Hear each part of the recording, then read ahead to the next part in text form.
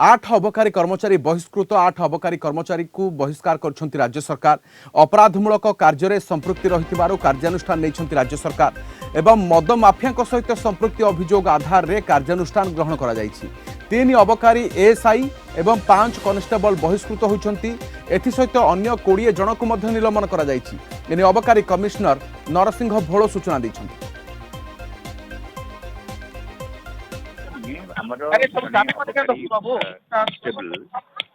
राजीव कुमार भंजे जी Baleshwar district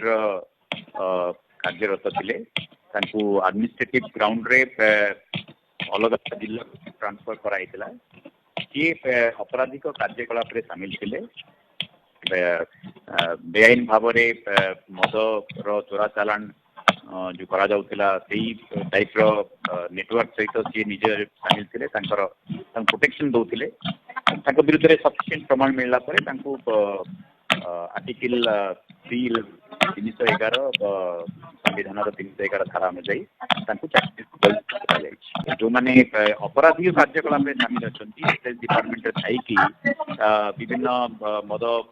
चालान करुवा bell चालान अपराध मान संपर्क अच्छा से टाइप जेल आरेस्ट करी पुलिस तरफ तदंत करी जेल भी पठा जाए से टाइप 8 जन लोक बर्तमान सुधा बहिष्कार करा जाय अछि एवं आउ किछि लोकों विरुद्ध में एबे भी विभागीय कार्यानुष्ठान जारी रही।